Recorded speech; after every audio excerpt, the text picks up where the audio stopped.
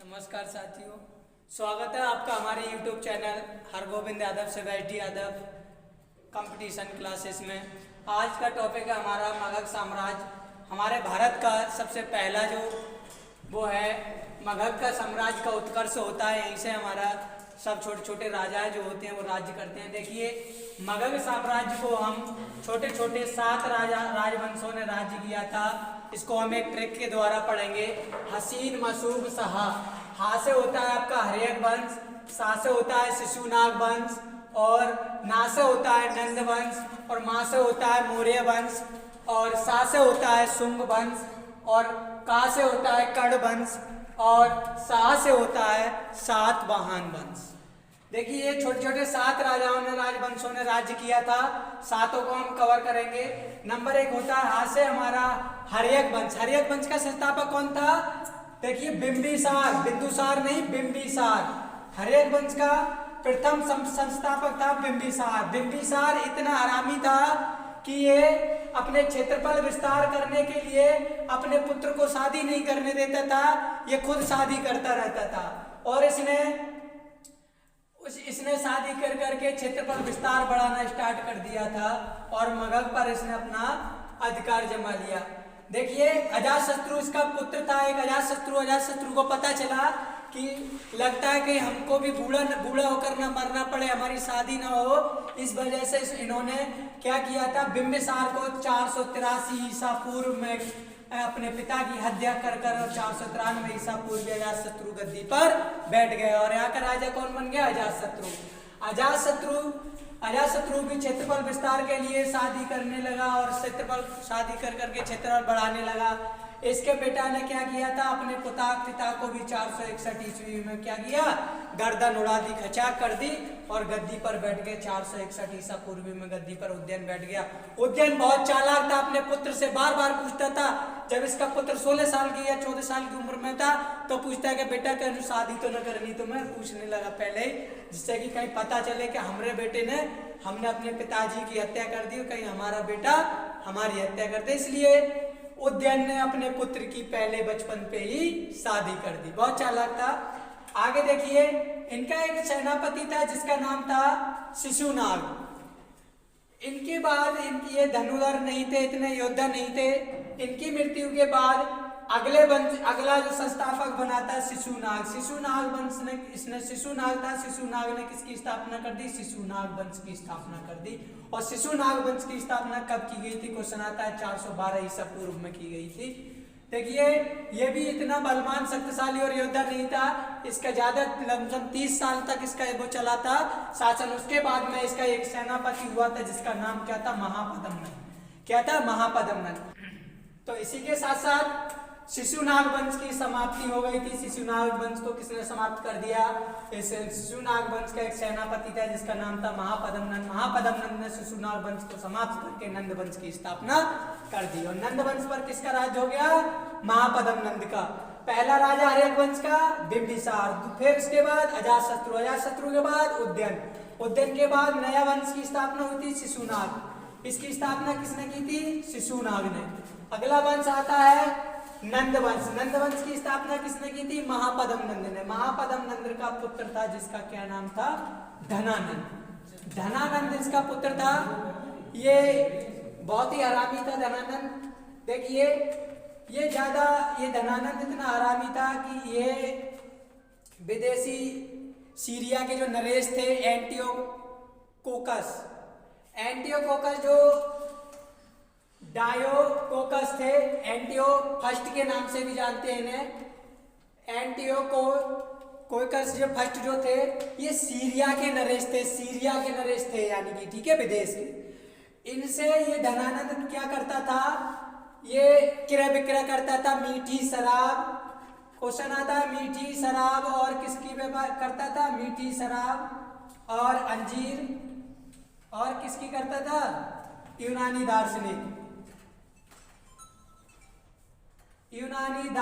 का क्या करता था? व्यापार।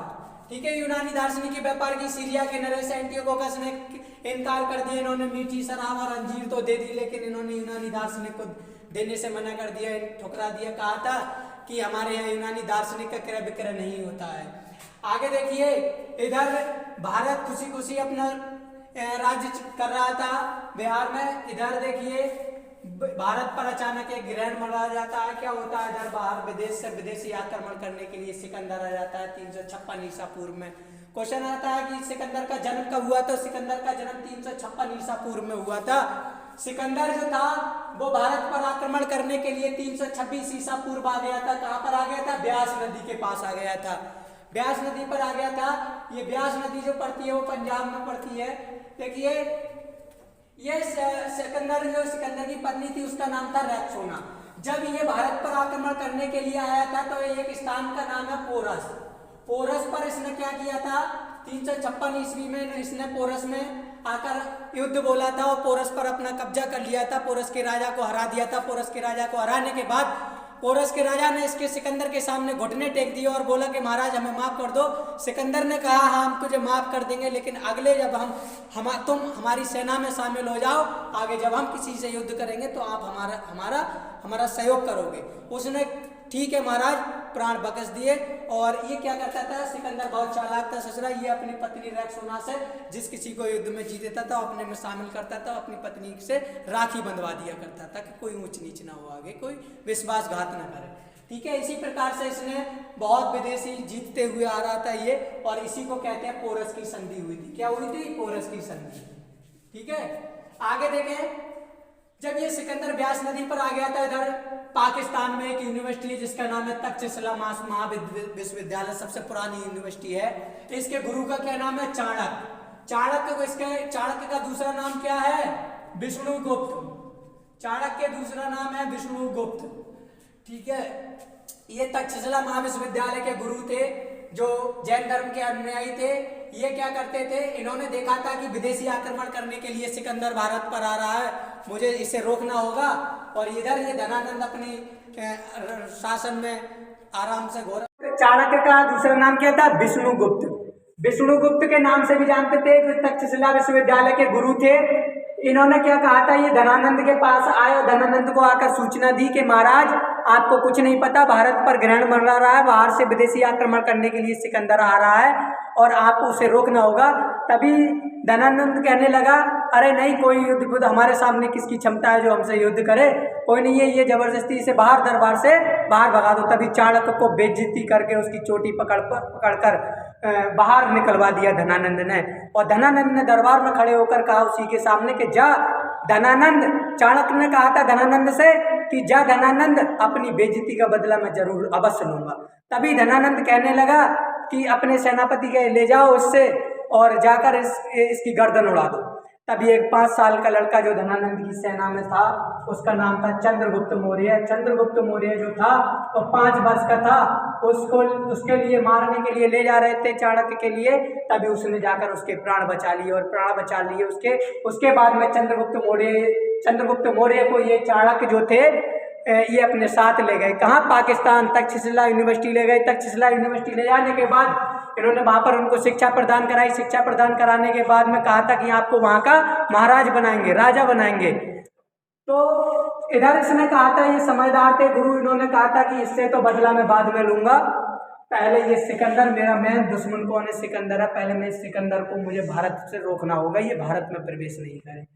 तभी देखिए इन्होंने चंद्रगुप्त मौर्य ने कहा था, चाणक्य ने कहा था कि आपकी सेना यदि ब्यास नदी को पार करेगी तो ये भारत जो है 16,000 देवी देवताओं का शहर है, इस पर देवी देवताओं का प्रकोप है, आपकी सेना मारी जाएगी। और सिकंदर ने कहा था अरे कोई देवी देवता का प्रकोप नहीं है, मैं किसी को नहीं मानता हूँ, हम भारत पर आक्रमण करेंगे, हम ब्यास नदी को पार करेंगे। तो देखिए चंद्रगुप्त मौर्य ने क्वेश्चन आता है कूटनीति का प्रयोग किया था। कूटनीति का प्रयोग क्या था कि चंद्रगुप्त मौर्य को इसे चाणक्य ने, ये गुरुजी जो थे चाणक्य, इन्होंने कहा था कि ब्यास नदी पर सिकंदर की सेना में से कोई भी व्यक्ति ब्यास नदी पर पानी पीने आए तो आप उसको मार दो और उसके कपड़े पहनकर सिकंदर की सेना में शामिल हो जाओ। चंद्रगुप्त मौर्य ने क्या किया था? ब्यास नदी पर पानी पीने के लिए सिकंदर की सेना में से एक व्यक्ति आया था और उसको मार दिया और उसके कपड़े पहनकर सिकंदर की सेना में शामिल हो गया। अब सिकंदर की सारी सूचनाओं को गुरुजी को, अपने चाणक्य को पहुंचाता रहता था कि महाराज अब ये हो रहा है। और चाणक्य ने के कहने पर ये नहीं मान रहे थे, तो चाणक्य ने क्या कहा था, चंद्रगुप्त मौर्य से खाने में जहर मिलाना स्टार्ट करा दिया। और जहर ऐसा मिलाया, एक दिन ऐसा जहर मिला दिया कि आधे अंधे हो गए, किसी को खाज किसी को कुर्रा, और महामारी फैल गई पूरी सेना में। सिकंदर की सेना को क्या हुआ, ब्यास नदी से वापस लौटना पड़ा। और वापस लौटते समय सिकंदर की मृत्यु बेबीलोन में 323 ईसा पूर्व बेबीलोन में मृत्यु हो गई। और साथ में इसके घोड़े बुक्के फरान की भी मृत्यु हो गई थी। इसका वो घोड़ा बहुत समझदार था, बिना लगाम के चलता था, केवल इशारों पर चलता था। और इसका एक सेनापति था सेल्यूकस निकोटस। ये थल सेनापति था। क्वेश्चन आता है, सिकंदर का थल सेनापति सेल्यूकस निकेटस और जल सेनापति निरियकस था। ये सेल्यूकस निकेटस भली भांति जानता था कि हमारी सेना में कोई ना कोई जहर मिला रहा है, और इसने क्या किया था, बेबीलोन से फिर वापस लौट कर आ गया और ब्यास नदी पर आकर फिर ये रुक गया। इसने कहा था कि कोई जहर खाने में जहर मिला रहा है, कोई देवी देवता का प्रकोप नहीं है, अब भारत पर आक्रमण हम करेंगे, ब्यास नदी को पार हम करेंगे, देखते हैं कौन सा देवी देवता का प्रकोप है। और देखिए इसके पास हाथियों की बहुत सेना थी। तभी चंद्रगुप्त और क्या किया था, जब सिकंदर की मृत्यु हो गई थी, तो चंद्रगुप्त मौर्य को चाणक्य ने मगध में ले जाकर मौर्य वंश का क्या बना दिया, राजा बना दिया। और चंद्रगुप्त मौर्य ने किस वंश की स्थापना कर दी, मौर्य वंश की स्थापना कर दी। कौन सी सन में, 345 ईसा पूर्व में चंद्रगुप्त मौर्य ने मौर्य वंश की स्थापना कर दी। और कहां पर, देखिए चंद्रगुप्त मौर्य का जन्म हुआ था, क्वेश्चन आया, जन्म होता है 345 ईस्वी में। और चंद्रगुप्त मौर्य ने सेल्यूकस निकेटस को कब हराया था, 325 ईस्वी में, और गद्दी 305 ईस्वी में, और गद्दी पर कब बैठा था, 322 ईस्वी में। वेरी वेरी इंपॉर्टेंट है, 3 चीज याद रखें। देखिए जब मौर्य वंश की स्थापना हो गई थी, तो चंद्रगुप्त मौर्य खुशी खुशी आराम से जीवन यापन कर रहा था। तभी इधर से सेल्यूकस निकेटस वापस युद्ध करने के लिए आया। चंद्रगुप्त मौर्य से कहा था चाणक्य ने कि जब तक युद्ध मत करना, जब तक कि थोड़ा थोड़ा हल्का बारिश का मौसम ना हो, क्योंकि उसके पास हाथियों की बहुत सेना है, आप युद्ध में हार जाओगे। तो वो एक चांद से देखता रहा। एक समय ऐसा आया कि बारिश होने लगी और आक्रमण कर दिया उसने। और क्या किया था, उसके हाथी फिसल कर गिरने लगे। और चंद्रगुप्त मौर्य ने क्या किया, सेल्यूकस निकेटस को युद्ध में हरा दिया। युद्ध में हराने के बाद सेल्यूकस निकेटस अकेला बचाता है। सेल्यूकस निकेटस ने सोचा कि हम तो आए थे मगध पर राज्य करने के लिए, कहीं ऐसा ना हो कि मगध में हम मारे जाएं।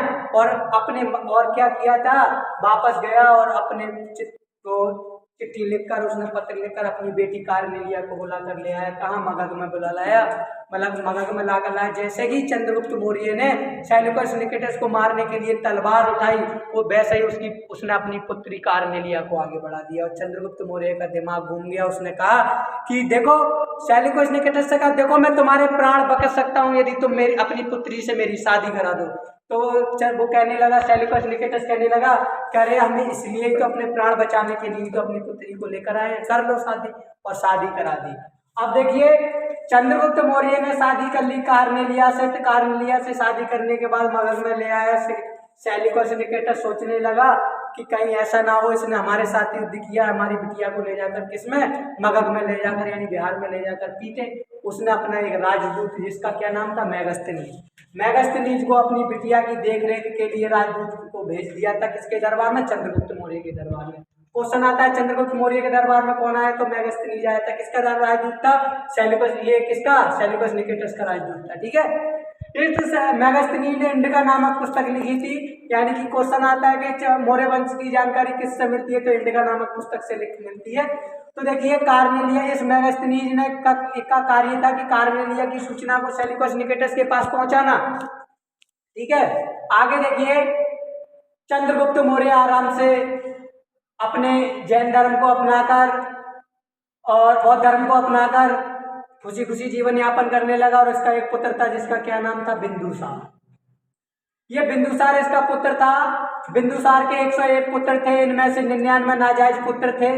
और जो बिंदुसार था तो 298 ईसा पूर्व गद्दी पर बैठा था चंद्रगुप्त मौर्य के बाद में।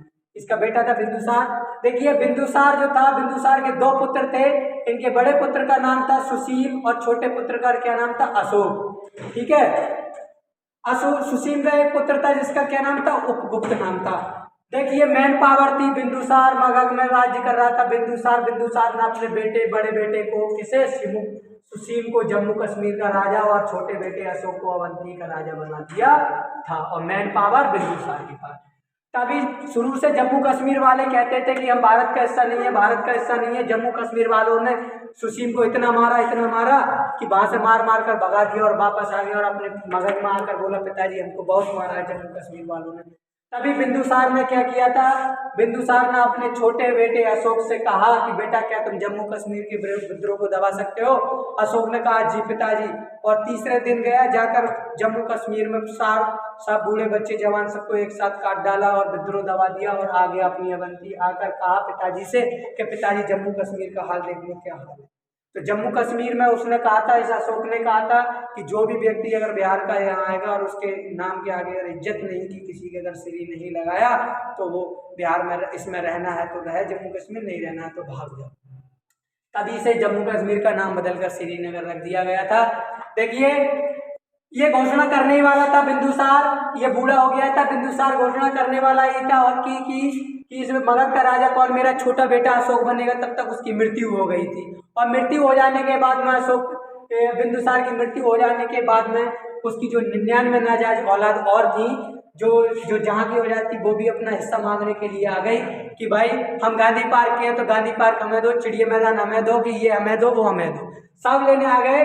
तो अशोक को पता चला कि ये बिंदुसार था, यानी कि अशोक को पता चला कि हमारा बाप इतना बड़ा कमीना था कि इसकी 99 नाजायज औलाद और है, ठीक है। तो वो भी अपना अपना हिस्सा मांग रही थी। तो अशोक ने कहा था कि सब मगध आ जाओ, यानी कि सबको बिहार में मगध में बुला लिया कि सबको सबका हिस्सा देंगे। और मगध में आकर के क्या किया था उसने, अशोक ने अपने 99 नाजायज भाइयों को तलवार से उड़ा दिया। तभी सुसीम कहने लगा बड़ा भाई कि भाई ये क्या किया। उसने तलवार निकाली और उसकी भी गर्दन उठा दी और कहा कि ले पूरे हो गए 100, और बचा अकेला। और कहा गद्दी पर कौन बैठ गया, गद्दी पर बैठ गया चंद्रगुप्त। कौन बैठ गया, अशोक गद्दी पर बैठा था। कौन सी सन में, वेरी वेरी इंपोर्टेंट, सन 269 ईस्वी में ईसा पूर्व में गद्दी पर बैठ गया था। कौन बैठ गया था, अशोक बैठ गया था गद्दी पर। और अशोक को देखिए, अशोक को बहुत बड़ा साम्राज्य हो गया था, मगध, पाकिस्तान, अफगानिस्तान और गंधार, तेहरान, सब उसको उसी के हो गए थे, ठीक है। आगे देखिए अशोक, चंद्रगुप्त मौर्य के बारे में कुछ छूट रहा है, थोड़ा और पढ़ लो। चंद्रगुप्त मौर्य ने सोचा कि सेल्यूकस निकेटस ने अपनी पुत्री से मेरा विवाह भी करा दिया, तो युद्ध क्यों लड़ा ये, ठीक है। तो ये सेल्यूकस निकेटस मुझसे युद्ध क्यों लड़ा, तो इसे पता चला, इसने जब जानकारी निकाली कि ये हाथियों को लूटना चाहते थे। क्या करना चाहते थे, हाथियों को लूटना चाहते थे। तो चंद्रगुप्त मौर्य ने 500 हाथी क्या कर दिए थे, गिफ्ट में दे दिए थे, दान में दे दिए थे। किसे, सेल्यूकस निकेटस को, अपने ससुर को दे दिए थे, ठीक है। आगे देखें आप, जो अशोक था 269 ईस्वी में गद्दी पर बैठ गया था और ये खुशी खुशी से जीवन यापन कर रहा था अपना, बहुत बड़ा साम्राज्य हो गया था। तभी ये कर्नाटक के श्रांकेली में ये शिकार करने के लिए जंगल में जाता है। तभी इसकी मुलाकात एक लड़की से हो जाती है। वो लड़की थी कहाँ की, कलिंग की, जिसका आज नाम कोलकाता है, वह कलिंग थी। कलिंग की लड़की थी, वो भी शिकार करने के लिए आई थी। दोनों ने एक दूसरे को देखा, 1 दिन हुआ, 2 दिन हुआ, मुलाकात हो गई। तभी अशोक ने कहा कि आप हमसे शादी करोगे क्या, करोगी।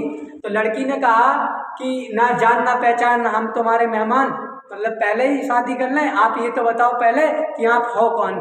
तो अशोक ने कहा कि अरे हम मगध के राजा हैं। तो लड़की एकदम फटाक से तेज हो गई, वो कहने लगी कि नहीं, हमको नहीं करना तुमसे शादी के। क्यों शादी क्यों नहीं करना, क्योंकि कलिंग, हम कलिंग के हैं, कलिंग का ये नियम होता है कि कलिंग की लड़की कलिंग में ब्याही जाती है, ठीक है, हम आपसे शादी नहीं कर सकते। तभी अशोक जो था, अशोक कहाँ गया था, कलिंग में गया था। कलिंग के राजा के पास बोला था कि महाराज हमें आपकी पुत्री से शादी करनी है हमें। तो उन्होंने कि आप कौन हो, कि हम मगध के राजा हैं कि। तो उसने भी इनकार कर दिया था कि मगध के साथ हमारी कलिंग की लड़की नहीं ब्याही जाएगी, क्योंकि हमारा रूल ये, कलिंग की लड़की कलिंग में ही ब्याही जाती है। अशोक का जो हृदय जो लप्त तप्त हो गया और आंखें लाल हो गई थी, और ये वापस अपने मगध आ गया। और मगध से क्या किया था इसने, कम से कम 2.5 लाख पैदल फौज और 10,000 घोड़े और 500 हाथियों की सेना लेकर पहुंच गया अशोक। पहुंच गया क्या, कलिंग में पहुंच गया। और कलिंग में जाने के बाद में भीषण युद्ध का नरसंहार ये हुआ था कि 261 ईस्वी में, जो कलिंग का युद्ध के नाम से जाता है, 261 ईस्वी में अशोक ने बच्चे, बूढ़े, जवान और महिलाओं को सबको एक तरफ से काट दिया, नदियां बहा दी। और क्या हुआ था कि उस युद्ध में वो भी लड़की लड़ने आई थी जो इसको पसंद थी, जिसका नाम था हेलेना, वो भी लड़की लड़ने आई थी। कलिंग का ये नियम था कि उसमें लड़कियां भी लड़ने आती थी, लेकिन ये बात किसे, अशोक को पता नहीं थी। और उसकी भी धोखे से क्या हुई, जैसे ही लड़की सामने आई और लड़की भी, गर्दन भी उसकी तलवार से कटकर नीचे गिर गई, तैसे ही उसका हृदय एकदम परिवर्तित हो गया। हाथ तलवार से, तलवार हाथ से छूटकर नीचे गिर गई और बिल्कुल रोने लगा। और क्या हुआ था, उसने अपने आप को बहुत बुरा महसूस किया और कहा कि अब मैं आज से कभी तलवार नहीं उठाऊंगा और केवल जैन धर्म का ही पालन करूंगा। तो देखिए, इसका जो भतीजा था, सुसीम का लड़का उपगुप्त, इसने कहा था, ये ले गया था अपने अशोक को, ले गया था मगध में ले जाने के बाद कहा कि चाचा लड़ाई झगड़ा छोड़ो, आप क्या करो, आप जैन धर्म अपना लो और अपने धार्मिक पथ पर आ जाओ। तो क्वेश्चन आता है कि अशोक को बौद्ध धर्म, अशोक को जैन धर्म की शिक्षा किसने दी थी? उपगुप्त ने दी थी। उसका गुरु कौन था? उपगुप्त था। उसके बाद में कोई भी, इसके अशोक के 2 पुत्र थे, एक का नाम था, जो 2 संतान थी, एक का नाम था महेंद्र और दूसरी का नाम था संघमित्रा। एक पुत्र और एक पुत्री थी, ठीक है। इन्होंने दोनों को पाकिस्तान भेज दिया था, क्या करने के लिए? जैन धर्म की सभाएं करने के लिए। और इसका जो वो था वो यही खत्म हो गया था शासन। उसके बाद में अगला शासन आता है शुंग वंश। शुंग वंश का संस्थापक कौन था? देखिए, शुंग वंश का संस्थापक था पुष्पमित्र शुंग। ये था, क्या था? पुष्पमित्र शुंग ने किस वंश की स्थापना की थी? शुंग वंश की स्थापना कर दी थी, ठीक है। इसके बाद में इसका एक सेनापति था जिसका क्या नाम था? वासुदेव कर्ण। क्या नाम था? वासुदेव कर्ण। वासुदेव कर्ण ने इस शुंग वंश की को खत्म करके कर्ण वंश की स्थापना कर दी थी। ये भी ज्यादा शक्तिशाली नहीं था, कर्ण वंश की स्थापना कर दी थी। देखिए, इसका एक सेनापति था जिसका नाम था सिमुक। सिमुक ने क्या किया था? कर्ण वंश को समाप्त करके सातवाहन वंश की स्थापना कर दी। और मगध का पूरा टॉपिक हो जाता है यहीं पर खत्म। Thank you so much. हमारी नई नई वीडियो देखने के लिए बने रहिए हमारे चैनल के साथ। नमस्कार। ऑनलाइन नहीं है, बहुत ही जल्दी करिए टाप।